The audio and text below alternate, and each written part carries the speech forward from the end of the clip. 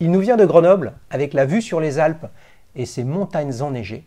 Mais au lieu de nous faire grimper au ciel, il va nous faire plonger dans son histoire aux accents marins avec sa Tiger Aquaracer. On a le grand plaisir d'accueillir Emilien. C'est parti pour un nouvel épisode de Petite Montre entre amis.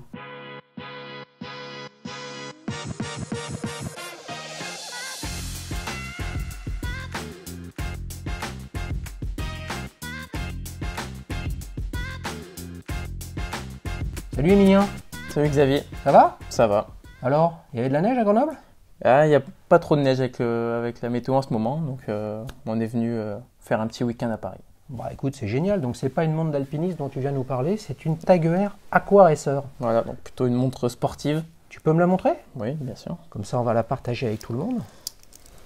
Tiens, Alors, prends la dis donc, beauté en main. superbe, c'est un gros format, dis donc. Ça, Ouais. Qu'est-ce qu'elle fait comme diamètre? c'est 40 mm. 40 mm? Ouais. T'es sûr de ça? Ça a l'air un peu plus large. 41 Hein. ou 42 ou pas plus. 41, 42 peut-être? Écoute, on va regarder, on va demander d'ailleurs aux spécialistes de tag qui puissent nous renseigner sur le sujet. En tout cas, elle fait plus massive, je trouve, qu'une 40 mm. Alors tu sais, on démarre avec un truc très simple. Tu sais lequel? Comment la résumer en un adjectif? Passe-partout, je dirais. Passe-partout? Passe-partout. Alors, tu sais, pour les fans d'émissions de télé, là, on n'est pas dans le 40 mm. C'est plutôt pour Fort Boyard. Voilà, on serait plutôt un petit peu plus petit. Passe-partout. Ouais. Pourquoi passe-partout? Bah, elle passe partout en ville, ou c'est une montre un peu sportive. Ouais. Mais on peut quand même l'emmener dans l'eau. Puis elle peut, dans tous les événements, je peux la prendre. Je peux l'assumer, on va dire. Ouais. Et ouais, mais l'assumer, c'est-à-dire parfois, tu pourrais craindre avec une montre, pas avec celle-ci manifestement, que quand tu la portes, bah, ça ne corresponde pas. Oui, voilà. Bah, par exemple, là, je peux la mettre à l'école, Ouais. même en entreprise quand je suis en alternance. Ouais. Après, il y a quelques passionnés qui reconnaissent la montre quand même, Ouais. que c'est une tag, j'ai déjà eu des réflexions, une belle montre, etc. Ouais. Mais par exemple, si j'aurais une montre plus haut de gamme, Ouais. ça va peut-être pu créer de jalousie ou des tensions avec, par exemple, j'arrive en tant qu'étudiant dans une entreprise avec une montre assez chère. Ouais. Je trouve que ça fait un peu mal à l'aise.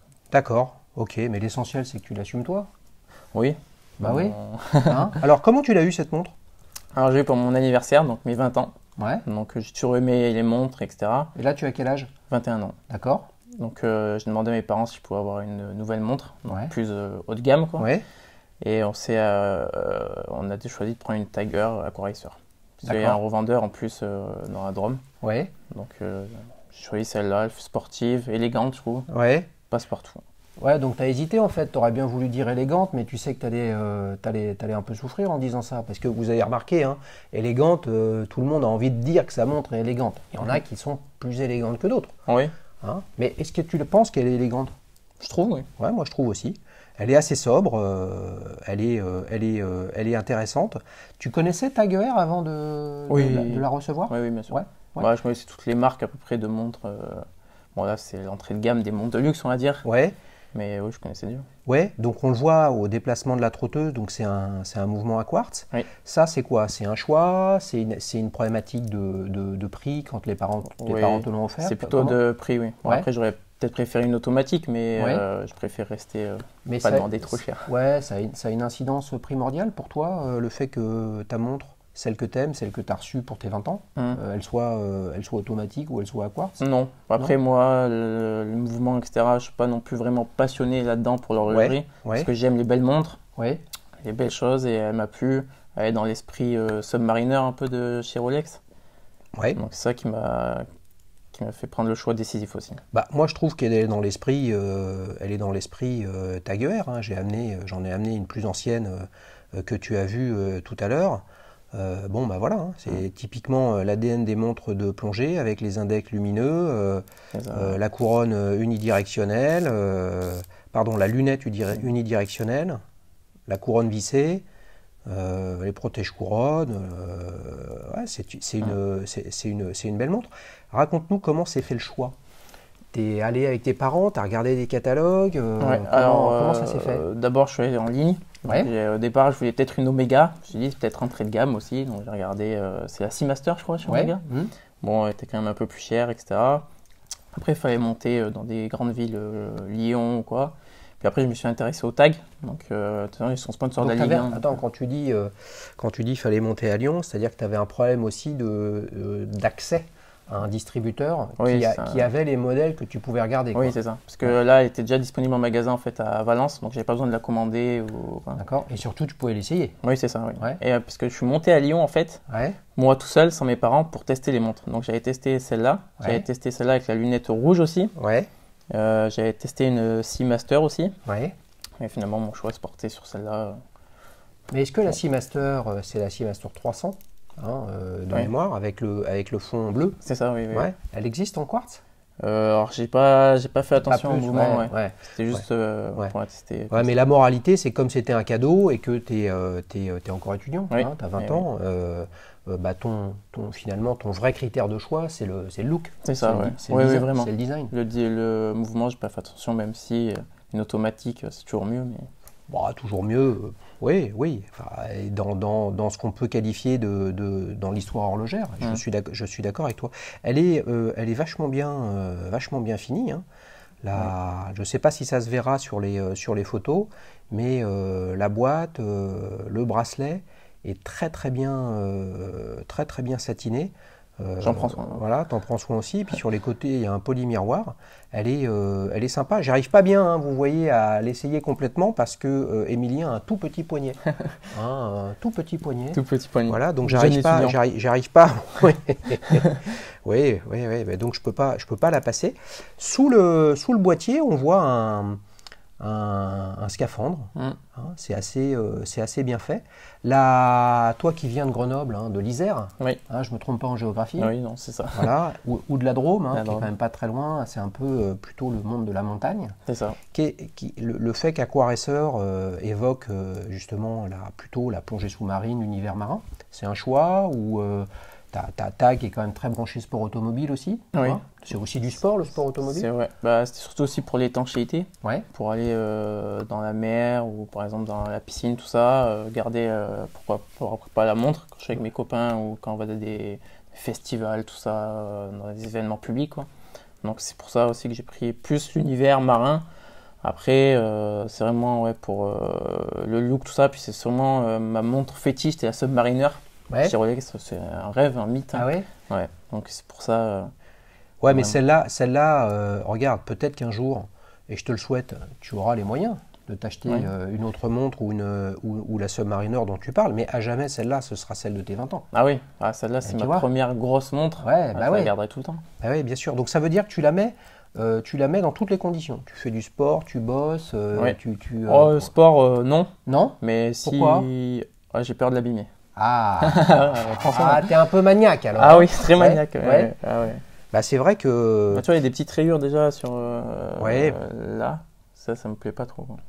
Ouais, mais ça... Après, ça fait partie de la montre. Oui, d'abord, puis c'est toi qui les as fait. Hein. Et puis, écoute, des rayures sur la boucle déployante comme ça, sous le poignet, c'est malheureusement le lot... Ça fait partie de l'histoire. Puis c'est le lot commun de toutes les montres. D'accord. Tu as des modèles avec plutôt ici un polymiroir. Là, c'est une catastrophe. Donc là, ça se voit peu parce que c'est un brossé. Non, mais sinon, qu'est-ce que tu veux? Les usures de l'usage quotidien, ça fait partie de la dure vie d'une montre. Oui, c'est sûr. Tu utilises un peu la lunette, comme ça, là? Non, franchement, non. Pour calculer des temps ou des choses comme ça? Non. Donc c'est vraiment c'est l'évocation sportive. Oui, c'est ça. Vraiment qui t'intéresse, mais c'est pas son utilisation concrète d'un point de vue Après, sportif. je fais pas de la plongée non plus, donc. Tu pourrais. Elle descend à 300 mètres. Effectivement, 300 mètres, bonne étanchéité. C'est vraiment un beau produit avec un fond ici qui est vissé, qui est bien designé. Une couronne avec le logo de Tag Heuer qui est assez sympathique. Je suis venu ici avec une série 6000, celle que j'ai eue pour mes 30 ans, figure-toi, Emilien. Tu vois, on retrouve un ADN, le même esprit. À cette époque-là, la série 6000 était en fait une déclinaison de la série 2000 au départ, qui est l'ancêtre de l'Aquaracer. D'accord, Et à cette époque-là, toutes les tags hein, ce sont des informations assez faciles à trouver, les amis, vous pourrez faire de même. Toutes les tags de cette époque, hein, milieu des années 80 jusqu'à milieu des années 95, on disait qu'elles avaient les 6 features, donc les 6 fonctionnalités. Et elles étaient toutes au moins étanches à 200 mètres, avec une couronne vissée, les index lumineux, un verre saphir, et une boucle déployante de sécurité avec un fermoir que tu n'as pas là, mais tu l'as ici avec les boutons. Et quand tu regardes les deux, celle-ci, la série 6000, bon, c'est une automatique, elle a la loupe sur la date, mais sinon c'est vraiment le même ADN horloger. C'était une précurseur. Voilà, qui a été une époque un peu compliquée pour TAG, hein, qui était un petit peu aux abois.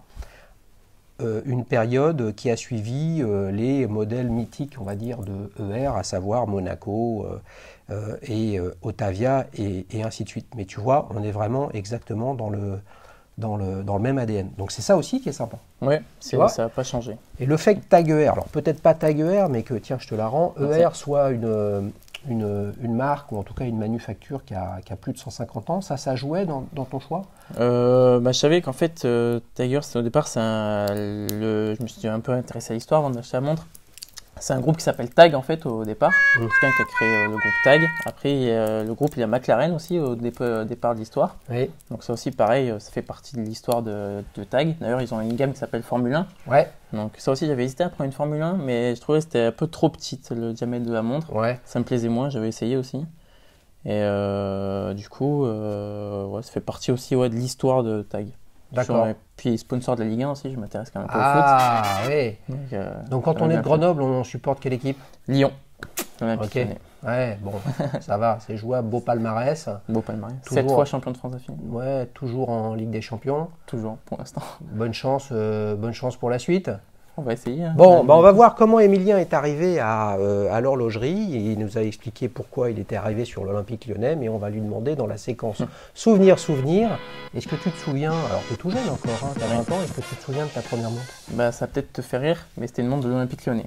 Une montre de l'Olympique Lyonnais? Parce que déjà en primaire, je portais des montres. Ouais. Ça peut paraître bizarre, hein, mais j'ai toujours aimé les montres, en fait, savoir l'heure ou quoi. Et c'était une montre de l'Olympique Lyonnais, en plastique, tout ça, quoi. Ouais. Après, quand je suis rentré au collège, j'avais une Ice Watch. Au final, après, quelle couleur? C'était orange et noir. Ouais. En plastique aussi, normal. Dites-nous en commentaire ce que vous en pensez d'Icewatch. Hein. C'est arrivé il y a une dizaine d'années. Hein. Oui. À peu près, ça fait un tabac absolument colossal avec ce look. Allez, je vais vous exciter les fans de Rolex avec ce look de Submariner, tout en plastique avec des couleurs vives. Dites-nous ce que vous en pensez. Après, j'ai eu une Lotus. Ouais. J'ai commencé à faire plus vraie montre avec un bracelet en cuir et un boîtier à peu près comme celui-là. Après, tu sais si ces montres Lotus ont un rapport avec la marque de voiture de sport automobile anglaise Lotus? J'ai jamais su ça. Je sais pas du tout. Ouais. Elle avait un look un peu sport automobile. Oui, un peu sport. Encore, ouais. Elle avait la lunette un peu noire avec des traits rouges aussi. Ouais. D'ailleurs, j'ai toujours. Je pourrais t'envoyer une photo si tu veux. Parce que je garde mes montres. Ah, avec grand plaisir. Grand plaisir. On les partagera à l'écran. Donc, l'Olympique Lyonnais. Bon, on te pardonne, t'étais jeune. L'Icewatch. Oui.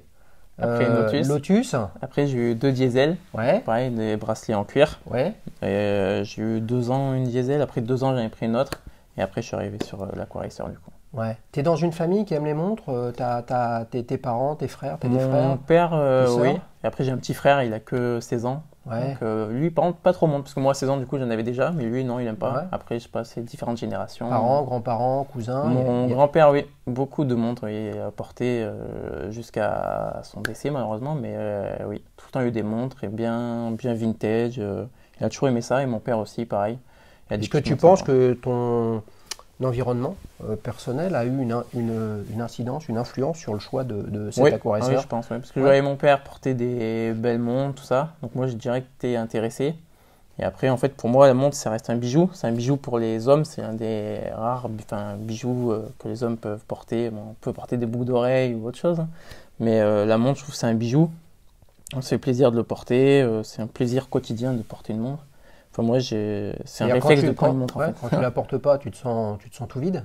Ouais. Ils sont tout nus. Ouais. Ouais. Vraiment, ouais. Parce que quand on a l'habitude de porter une montre au quotidien, après, ça fait bizarre de ne pas avoir de montre poignet gauche. D'accord. Eh ben, c'est pas mal tout ça. Donc vous avez vu que quand même il y a eu pas mal de montres en quelques années. Ouais. T'es passé en fait de montres, on va dire, gadget, une montre, on va dire publicitaire pour celle de l'Olympique Lyonnais. Ça aurait pu être un autre club, mais bon, il s'avère que c'est le club de ta région, donc ça c'est bien.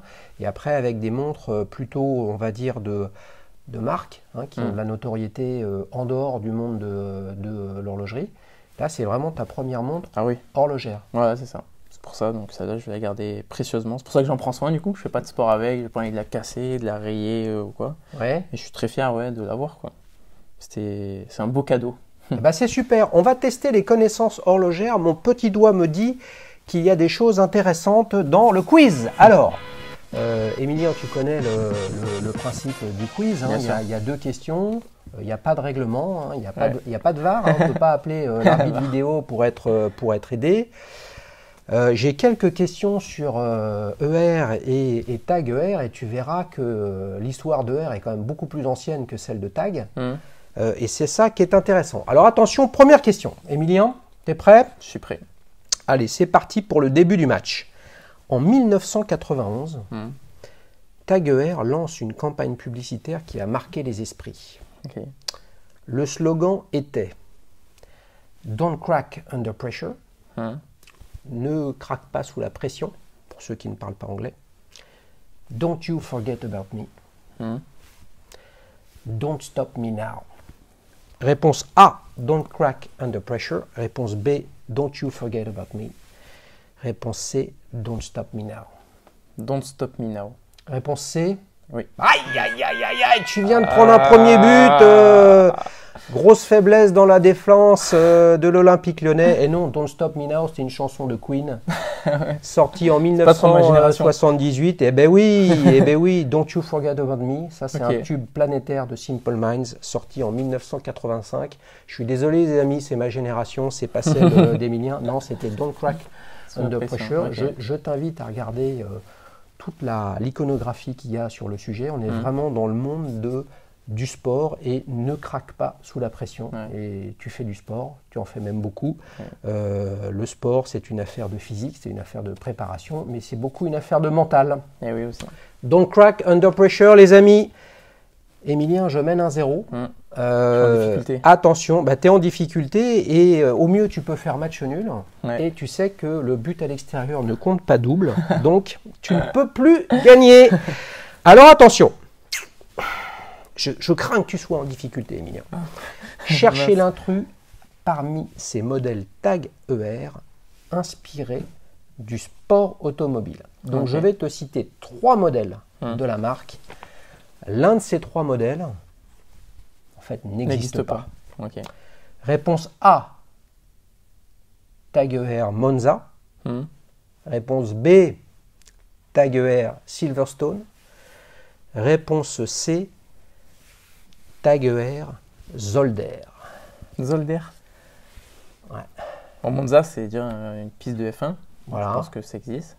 Silverstone, je crois. Silverstone. Je pense que c'est la C qui n'existe pas. C'est la C qui n'existe pas. Donc c'est par déduction que tu le fais. Oui. Bonne réponse. Oh là là, Émilien, je le sentais stressé. Bravo. T'es remonté quasiment dans les arrêts de jeu. La remontada. Alors pour le coup, oui, mais Zolder, ça reste quand même un circuit en Belgique. Et qui est malheureusement le circuit où Gilles Villeneuve est mort en 1982. Qui fait qu'il n'y a plus de Grand Prix de Formule 1 à Zolder, mais c'est à Spa-Francorchamps. J'aurais pu mettre d'autres modèles, il y en a absolument beaucoup chez Tag ER, des modèles liés au sport automobile. Tu as même une Tag ER, enfin une ER à l'époque, Daytona, figure-toi, comme la Rolex. Voilà. C'est vraiment passionnant. Je vous invite à regarder les modèles vintage de ER, parfois réinterprétés par Tag ER, comme la Otavia par exemple, mais si on prend Monza, Silverstone, Daytona, eh bien vous avez la couronne de remontoir qui est sur la gauche, comme la première Tag ER Monaco, qui a eu un si grand succès avec l'icône Steve McQueen. bravo pour cette remontée. Oui. Hein, je veux dire, tu étais, je pense, vraiment en difficulté. Et un peu avec un coup du sort, tu réussis à revenir dans le match. Bravo à toi, Emilien. Merci. Alors, beau match. Merci à toi. Tu as 20 ans, donc tu as eu celle-ci il y a un an. Ouais, c'est parti pour la séquence ta prochaine montre. Tu commences déjà un petit peu à gratter là. T'en es où dans tes études là? T'es au milieu de tes études? Je suis en 3e année d'école de commerce à Grenoble du coup. Ouais. Donc après j'ai continué vers un master. Ouais. Pour devenir plus un métier vers chef de produit dans des marques de sport ou autre, quoi. Ouais.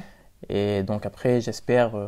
T'es déjà en train de te dire qu'est-ce que je vais m'acheter comme montre avec mon premier salaire. Ah quoi. oui, directement. Ouais. Ah, t'es chaud comme une barrique là. Hein. Je suis chaud. Alors tu réfléchis à, t'as des axes de réflexion, t'as un modèle, une marque qui te fait rêver. T'en es où? Oui, Rolex a toujours été.